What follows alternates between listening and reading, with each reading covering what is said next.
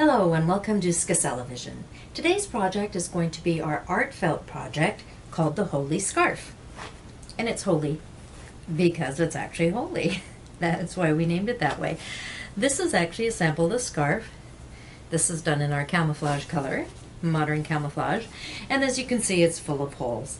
Makes it a very, very unique, fun piece. When you're wearing it, you can either just use the holes as decor, or you can actually wear it and slip certain portions through the holes.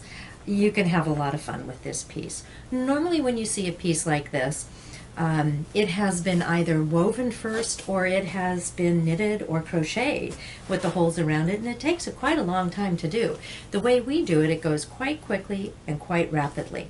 Now there is a little bit of waste involved, I will say that, so you'll see what I'm talking about when we come towards the end and we actually cut the holes. So what I suggest you do is, rather than throw out all the waste, keep the waste, and I'll make you some recommendations as to what you can do with it at the end. So this is the piece that we're doing. It's the Holey Scarf. You've most likely purchased our kit. If you haven't, then these are the supplies you'll have to get, but most likely you have, and that's why you're watching this video. You should have a piece of Artfelt paper in there, and it's wrapped in this plastic. So you're going to want to unwrap it out of the plastic, but do not throw out the plastic. This plastic you are going to want to use for felting in the end. It's the perfect size for your scarf, and it will make it very, very easy for you to get it all wrapped up and ready to put in the dryer for felting. So this piece is about 16 inches wide and approximately 118 inches long, so it's quite long. You're going to have 2 hanks of roving, and we are going to use both hanks of roving until they're gone. So we may not use the full 118 inches. We may go a little bit over depending on how thickly you lay it, but we want to use all the roving is our goal for the 118 inches. And you should also have 2 of these barb needles in your kit.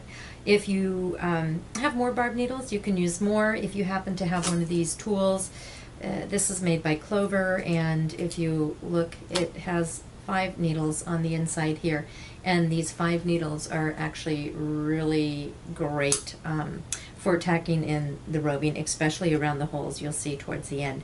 But otherwise, if you just have the 2 needles that were given to you, these are felty needles, barb needles, whatever you want to call them, these will work just as well. When it comes to your roving, this is what we call standard roving. It's a certain thickness, and what I like to do, so that I know I'm laying my roving out appropriately thickness wise, is I like to split it in half.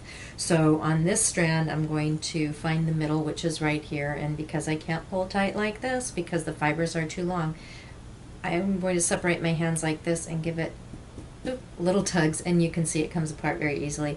And then these little strands are phenomenal for drafting out the roving, which is what we do want to do. So I have 2 halves. I'm going to lay them in 2 separate piles, and I'm going to do the same with this color. And what we are going to do on this piece here is we are actually going to be mixing these 2 colors to get a combination of all different kinds of blues for our finished piece. I'm also going to take my paper, and I'm going to mark it in half as well, just so that I know where the half point is when I'm working on it. And I'm going to use a permanent marker.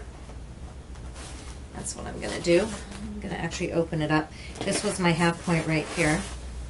And I'm just going to make myself a little line so that I know when I get to it that that's where it is. I used a permanent marker. I either want to use a permanent marker or a pencil in general when I'm marking on my Artfelt paper. It has no right side and no wrong side, and feel free to mark on it as much as you like. Just try not to mark on it with something that will bleed in the end when the paper gets dissolved. So if you use some kind of other, felt tip or something, the color may bleed if it's not a Sharpie or a permanent marker. So I'm going to take my paper and I'm going to run it off the table as I'm working on it. Now, you may not have a table set up like I do. I'm pretty lucky here. I have my whole table covered in this material, which is what we sell as our tack boards. And it works really well because it's just the right depth for me to be able to take my felty needle and puncture it all the way down. which means all these little barbs to carry my roving through the paper. So for me, this is perfect. We do sell tack boards that are 24 by 12 inches and also 36 by 24 inches. And those will give you some, you know, good space to work with as well. If you have a table underneath that you don't want ruined, I would suggest putting some towels underneath, because the tack board is about an inch wide, and if you're a deep tacker, you might be going a little bit deeper than an inch, and the towels will actually block you. If you have a little board that's 24 by 12 or something, you would want to run it like right here and then do section by section. So tack in this section, pull it down, tack in this section, pull it down, and this way you can do it without having a very large area to lay it out on. So for our purposes today, we're going to go ahead and we're going to lay it out on this big piece of paper. So to begin with, we are just going to cover this whole paper with roving. We're not going to start with any holes or anything because we're going to do this the quick way. And it's actually not only the quick way, but it also creates the nicest looking holes. So I'm going to start, I'm going to be wanting to mix all my colors of roving. So I can see what I've got here, and I can start by laying out my roving in very, very light weights. I'm doing a little bit of an angle here. I'm going to angle it a little bit. As you can see, I'm just doing what's called drafting. I'm pulling some of these edges. Probably easier to see if I do it on these here. I'm just pulling out just a little bit, and then I'm laying it down on my actual tack board like this. Now, so far I've got everything going at an angle like this. In order for me to have strength, I need it to go cross-hatching like this as well. So I'm going to have to lay my roving at this angle or cross-hatch it in order for it to be strong. And now my colors are all mixed, and there's lots of different ways for you to mix your colors. Today on this piece, I am actually going to mix them all in as I go along, and it's going to give me a little bit of a different effect. If you noticed on this one, I sort of blended colors, as you can see, going from, you know, one color, which is the dark gray, and then into the green, and then into the light blue, and different sections like that. And on this one, I think I'm just going to go ahead and mix all the colors to get an interesting little mishmash of tones going on. So now I laid all that. I'm just going to continue doing this. I'm going to continue doing it at an angle. I sort of like what we've got going here. I'm going to go back to my blue tone, and what this is going to do is it's going to give me a little bit different of an effect. Because rather than going from one color to another, I'm going to have one color on one side and one color on another side, which is always fun as well. And some people like to divide their roving into different color sequences and lay them down in certain sequences, and I don't do that very often. I prefer to let the color sequence in the roving do its job. So I'm going to cross hatch where we stop there.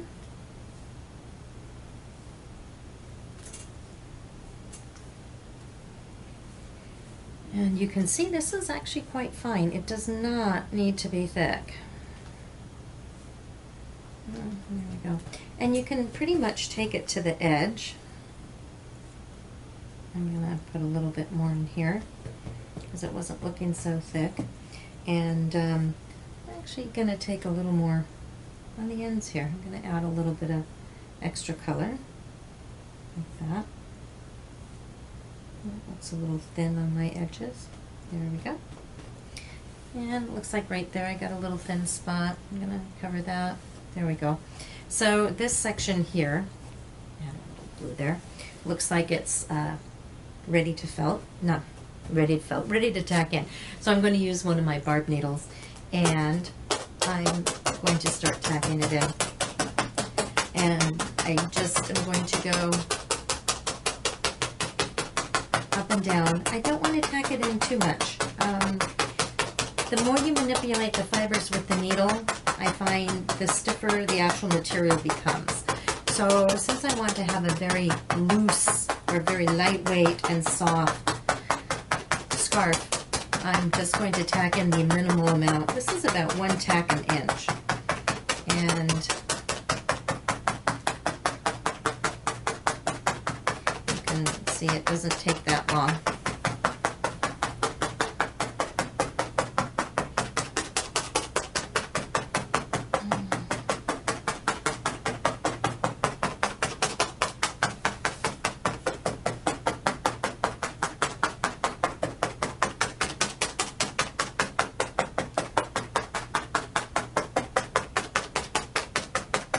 Now I am noticing there's some light areas where I didn't cross hatch too well. And I can see right in here I've got a little bit of white, I've got a little bit of white there as well. So I'm just going to add a little roving to these areas.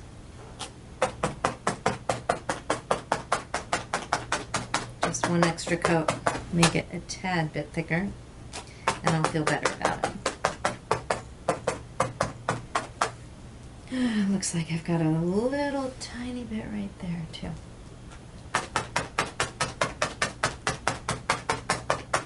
All right. The rest of it all looks good. So to see what it looks like on the back, I can lift it up and you can see all my different punctures, I guess you could call them. Wherever I tacked it in, the roving has been pulled to the back side of this paper, and this is what actually is going to keep it in place during the felting process. And then at the end of the felting process, we're going to dissolve the paper. So I'm going to just move this down, and I'm going to continue to work on it. I'm going to work on my next section here.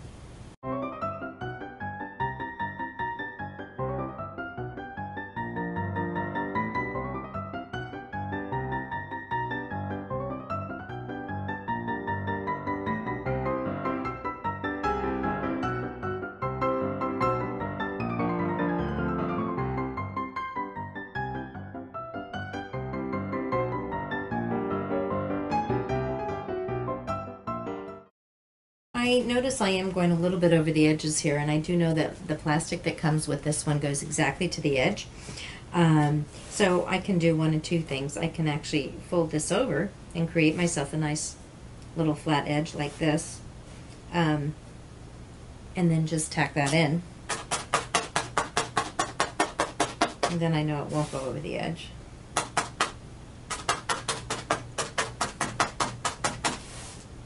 I could cut it. That would be another option. In this case, I don't want to cut it. I'm just going to take it and fold it back over on itself. Down here on these edges, it's going to be a little bit narrower because it's a little bit finer too. There we go. And I've got this side taken care of, and I'll take care of the other side when I'm actually done felting the piece.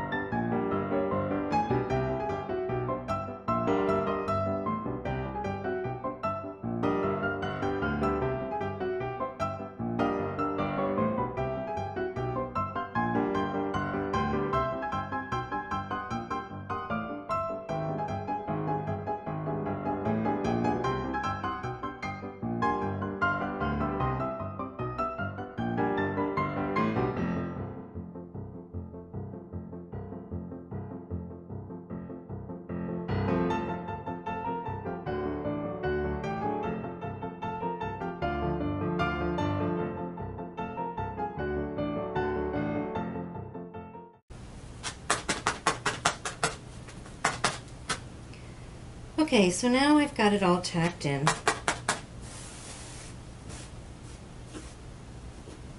And I'm going to finish up off my edges on this side like I was talking about. And I'm going to turn my work around and finish off my edges on the other side.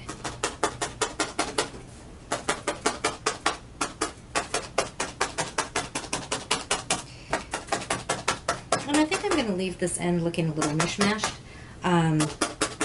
It'll give an interesting edge on the one end. So I have a little bit of roving left over, and I will keep that just in case I need it. But for now, what I'm going to do is going to take my piece, whoops, and I'm going to flip it over this way, because I want to tuck the edges in on this side, and it'll just make it easier if I have this side facing me.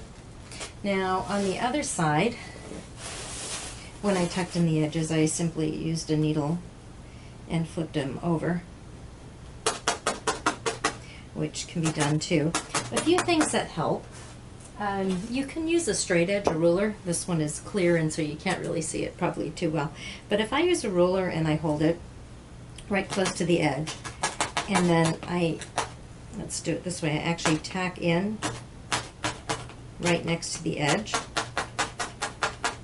What happens is when I use my actual needle to pull up the edges like this, it gives me a pretty straight edge. So if you want to have a really straight edge, you can do that. You can also just take your ruler and put it under the roving and push it up like this, and then tack edges like that. And you can see that gives you a really nice smooth edge too. So lots of different ways to get a smooth edge. And you can just let it hang over this side and have really rough edges if you want. That's not a problem. Some people really like that, and I like it on a lot of things too. On this piece, I sort of feel like having a smooth edge. So I'm actually gonna make it a little smoother than normal.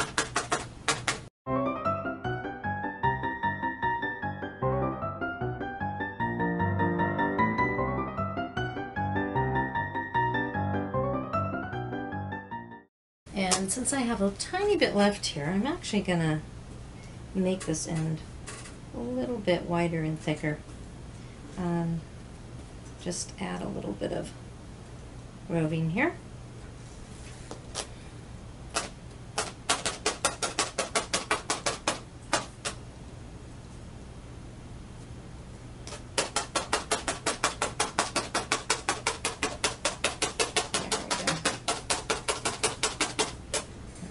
Like it could use a little more, just a tiny bit.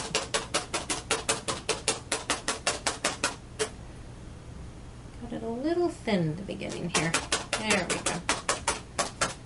Okay.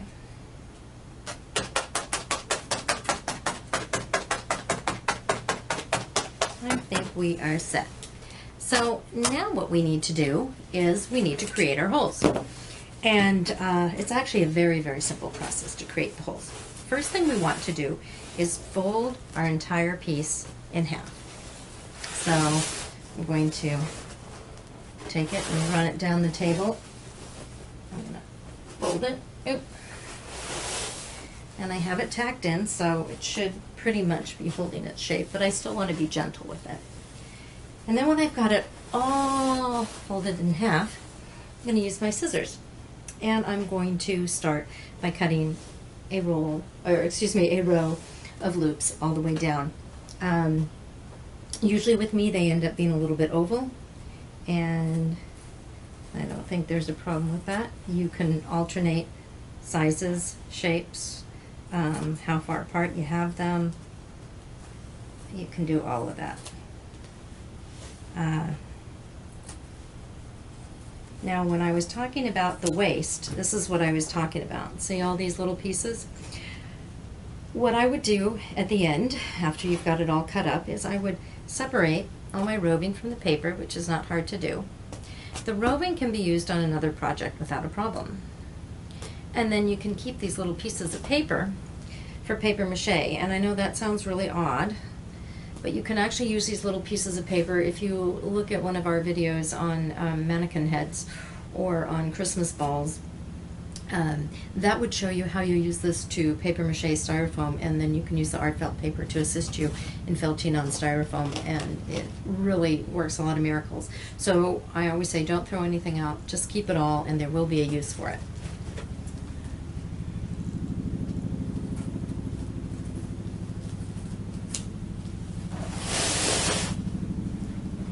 And I'm using this, you know, as an approximate guide as to where to cut. Sometimes I'm cutting a little deeper, sometimes a little less. If you want to be exact, you certainly can be. It's not really in my nature. I like to do things freeform, so for me, this is the way to go.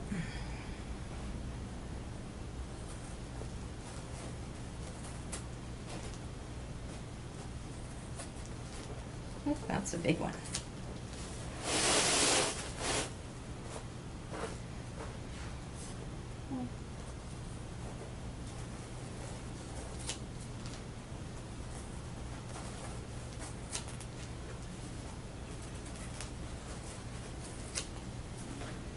Alright, I'm just going to stack these all over there for now. Just keep going down. Make sure it's folded nicely in half.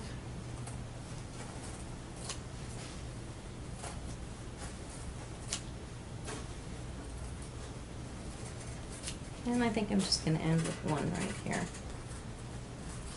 There we go. So now I've got my first row of holes. If I open this up, which I need to do, you can see where they are. And now I'm going to work in my second row. And what I am going to do is, you can actually have some cleaner edges if you actually take your roving and tack it down around the holes. It's not necessary, but I do like doing it. And you can see I'm using the 5-pronger here. It goes quite quickly. You can also just use a single needle and just tack it down a little around the edge.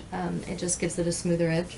So what I'm going to do though is I'm going to do that way at the end. I'm going to do all the edges at the same time. The next thing I'm going to do is I'm going to fold it on the quarter. So like this. And I'm going to have it line up with the middle section like that.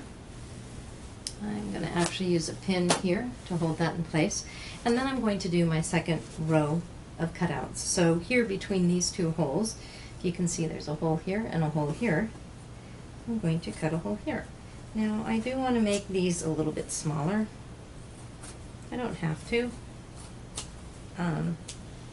But as a general rule, or general, it's not really a rule, but in general on this batch, on this particular scarf, I want to do that. There might be some that are bigger. That was a big hole. And that's okay. Put this down. Oops, I had a needle in here, didn't I? There we go. I tore up my needle. Okay. I'm going to fold towards the middle. There we go. And there. And I'm being gentle with it, you know, because the roving is tacked in, but it's not super duper tacked in, so it could come out if I'm not careful. Do another slit there. That one was a little too close, so I started it, but I didn't finish it, and so it'll just felt over. It'll be fine.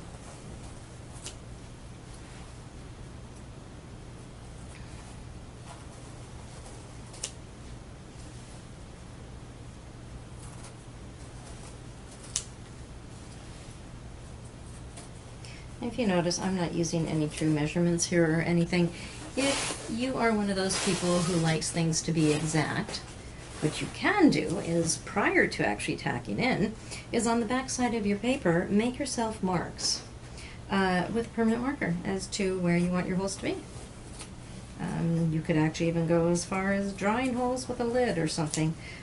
You know, you can do whatever you want. I like to have fun being creative, and for me, it's not that creative if I'm planning it all out in advance. So for me, this works perfect. So that's my final hole on that side. So now I'm going to flip this again so that I can have the other side. And I'm just going to flip it around this way.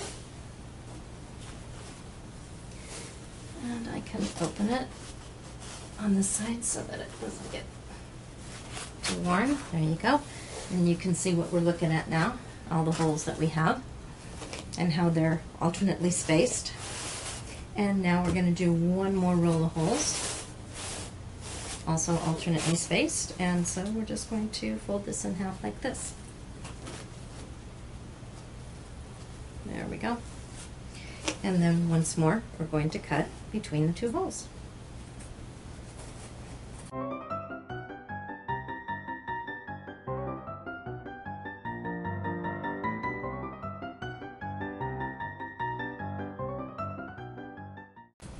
Okay, so now I have all my holes cut, and you can see I've got my big pile of roving there that I can use at another time for something else. And now, like I said, I am going to go through and I'm just going to tack this down a little bit around my holes.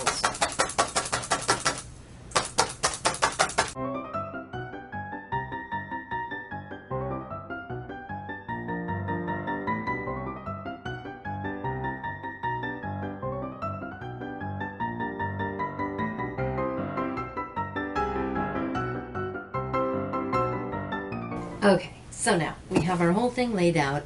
Total elapsed time, I think, was about an hour, at least for us to get this far. Now what we need to do is get our piece wet so that we can put it in the dryer to felt.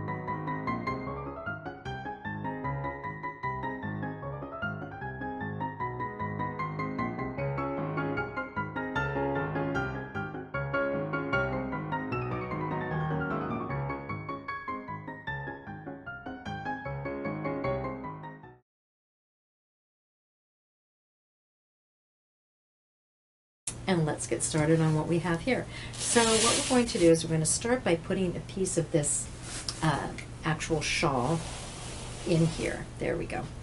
And then we want to get it wet. So the top, I'm actually going to go ahead and spray. What we've gotten here to start with, by the way, is a towel with some water. And you can see when I press on the actual towel, water pops up a little bit. It's just really, truly saturated. And what I'm using here is an Ace spray bottle. And Ace spray bottles work very, very well. You can purchase this size. It's 48 ounces for about $12. $10, something like that. Don't use it for pesticides or anything if you're going to use it for felting. If you're going to use it for felting, just use it for felting. But it's a really good investment if you plan on doing the Artfelt method quite a bit. So this is the plastic that actually came with our piece. So what we're going to do to start is we're going to take the plastic and we're going to push down on our piece. We want to make sure that it covers the whole side. So this plastic on this one is exactly the width of the paper. So we just want to make sure that we're covering the whole piece of the paper. And I like to have a little piece of something on the inside to start my rolling process because it just helps keep it stable. So I'm going to use this little microfiber towel, and I'm going to make sure the whole microfiber towel is covered. Otherwise, my piece will felt to it. Now notice this paper has become transparent, and that's okay. That's what it's supposed to do. It's supposed to become transparent. So as I roll it, I'm going to push this here, and then I'm going to pull back the paper, and once more I'm going to spray.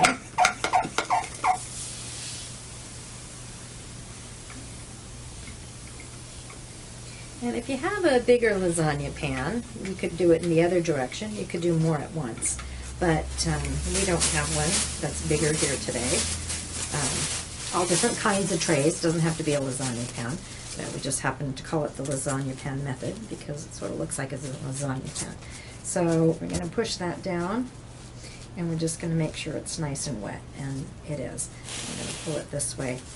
And actually, we've got so much water in there, we might, at least for the moment, not need to spray on top. We might just be able to get some of this. Let's pull it back and see. Yep, we can get it all absorbed right there. And then we can roll up. And then we pull back once more, get the paper lined up, and then press down. Now, at some point, we're going to get a little low on water, and then you won't just be able to press down, then we will have to spray again. But for the time being, we're doing pretty good. If you notice, this piece is really wet. This is what we call saturated. Some people don't quite understand what we mean when we say saturated. Saturated means really soaking wet. You want your piece to be really, really, really wet. There we go. And I want this all to come in. I don't want it to stick over the edge. Sometimes we want fringes over the edge, but we don't on this piece because our plastic goes exactly the width of the paper. So I don't want to go over the width of the paper. So I'm going to pull this here again, spread it out. There we go.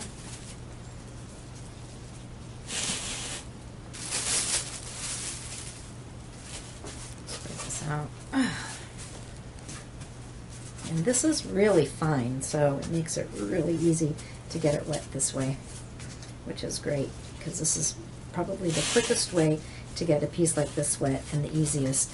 There's only one way that can sometimes be quicker, but I'd only do it if you have a really thick piece, and do it in summertime, is you can lay out your piece on your deck, on the plastic though, and then spray it while it's on the plastic, and get it wet that way. So,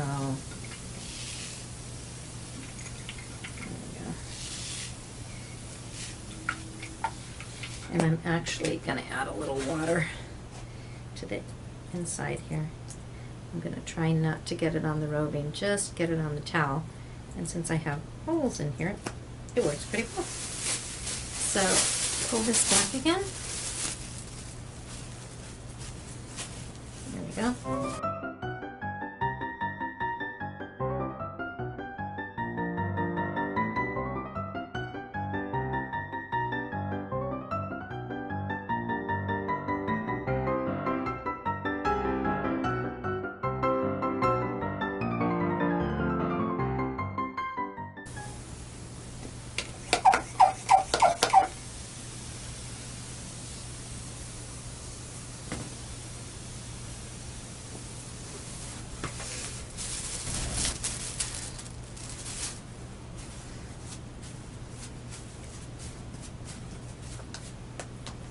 Alright, now this is quite loosely rolled, so that means it's going to felt quite quickly.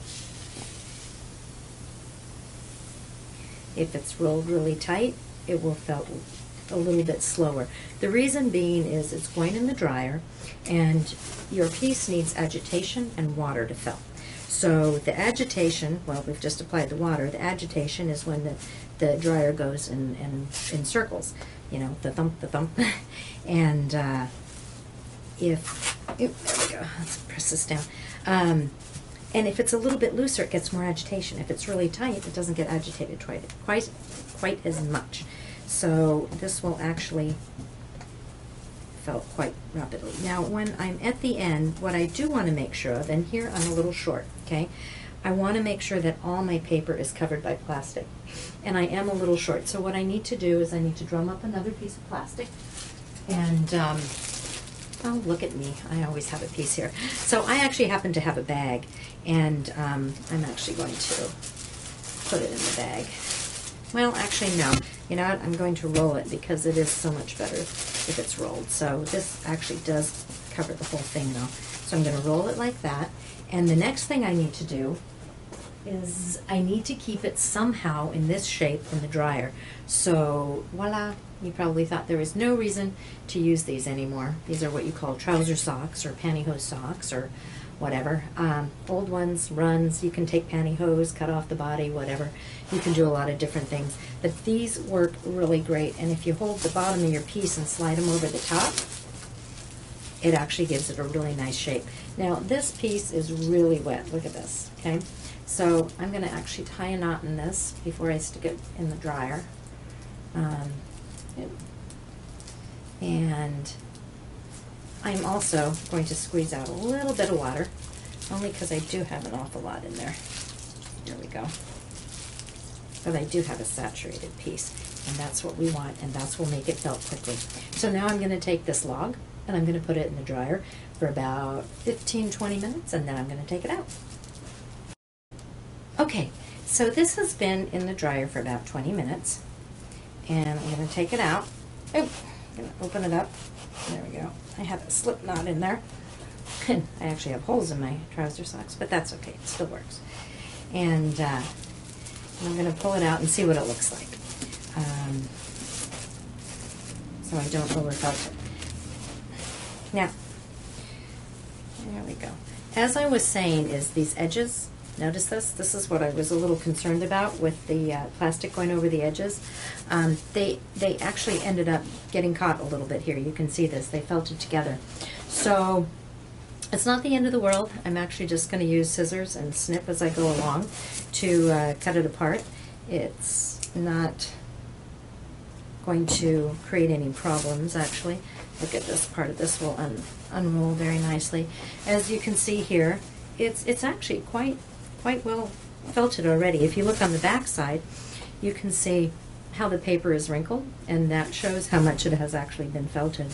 I'm going to actually take it out or off of the plastic, and like I said, because we have the edges felt up a little bit, I'm probably going to have to do a little bit of cutting as I do that. And it's actually a good learning experience to see what happens when that happens. It could have been a lot worse, and the edges could be a lot more glued together, but I think we actually did okay. There's just little bits and pieces here. As we get to this end, if you notice, this end is not quite as felted, did not get as much agitation. So what I'm actually going to do, I'm going to take some of those floozies off, is cut. I'm actually going to turn the scarf inside out, or roll it in the other direction rather, not inside out. So I'm first going to unroll it all the way. There we go. Cut that. Alright, so I have the whole thing uncut. And if you look at the difference between the two ends, see this end and this end, you can see how this end has felted a little bit more. It's just a little bit more narrow.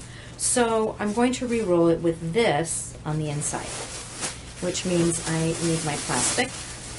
So at this point it's felted enough that it's not going to come apart. As you can see, I can actually throw it around a little bit and it's just fine. And I'm just going to take this. And this. And I'm going to re-roll it. Now I could, if I wanted to, not actually physically re-roll it. I could just take this whole piece and put it into a plastic bag and put it in the dryer, which is shown on another piece that we've done. I do believe it was the glitzy scarf where we showed how to do that. But I'm going to re-roll this one only because it has holes. And because it has these little fringes, I don't want those getting in the way of anything. So it's not going to take me that much longer to roll it up. I'm just going to make sure that it's flat while I'm rolling it so that my holes stay apart.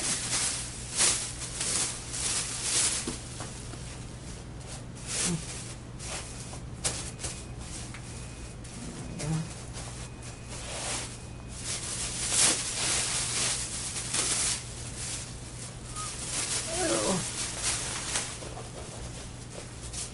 Don't want this paper to curl up on the side, so for some reason that got twisted. It's making it curl. We don't want that, so I'm going to straighten it out. And as I roll it, I'm looking on this side too to make sure that I'm not having the edges fold in on each other. I want the edges to come out. So if the paper were to fold on it, that's actually okay because the paper dissolves in the end, but because the paper has some roving on it, I don't want that to happen. I don't want the edges to buckle up.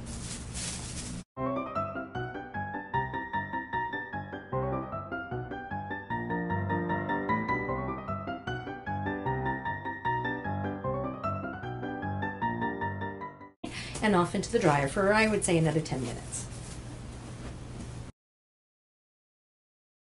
Okay, so we've taken our Tootsie Roll out of the dryer, and this time around I'm going to cut the end off because we're going to throw out this pantyhose.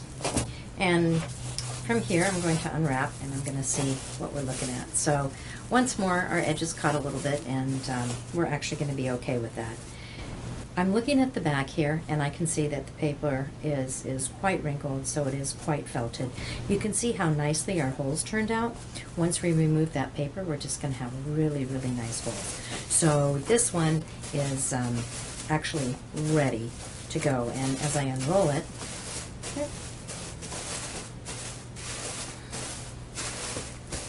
can see that it's nicely felted. There we go. So now it's time. I can remove my plastic. I can use my plastic again another time. I'm just going to roll this up because this one needs to have the paper removed from it. And just so you might want to see what it looks like. We can just give you a little bit of an idea here. You can see how different it looks now that it is felted as to the way it was before. And of course the other side is going to look slightly different. So off to the sink.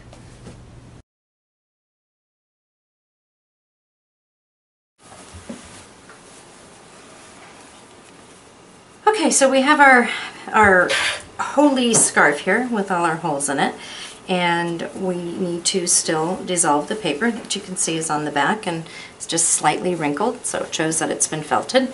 So what we need to do is, it's such a long piece, we could use several pots of water and pour it over it, and it would probably take 3 or 4 pots of water. So once more I'm going to use the boiling pot of water method.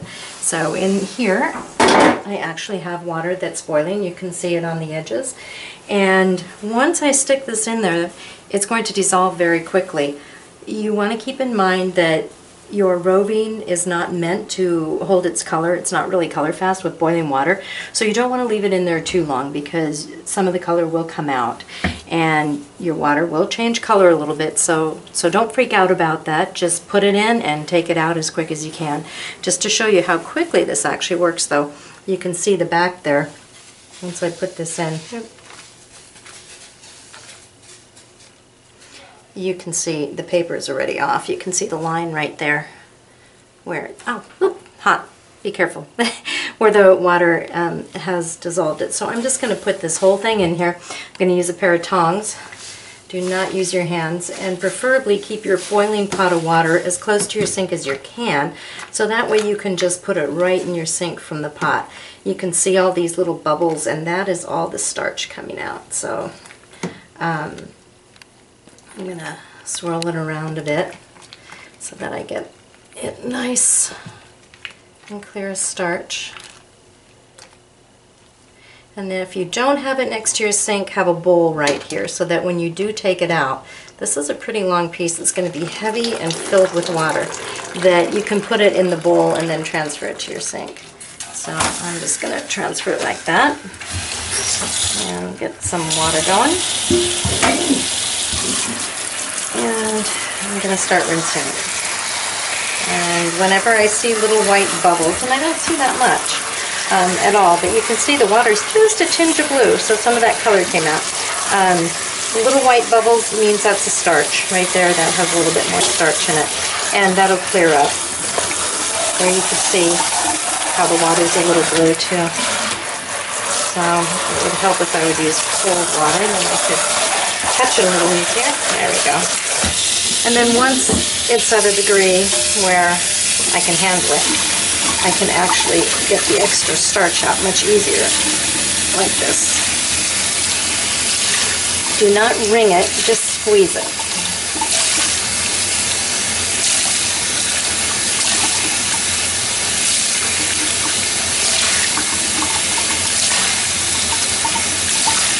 This is a big piece, so it doesn't look that big, but it will be.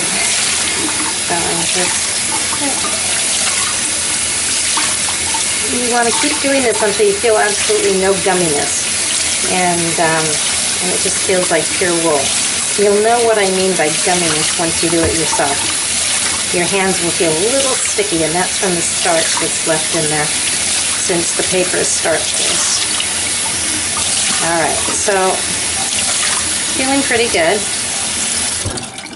This is a pretty big piece.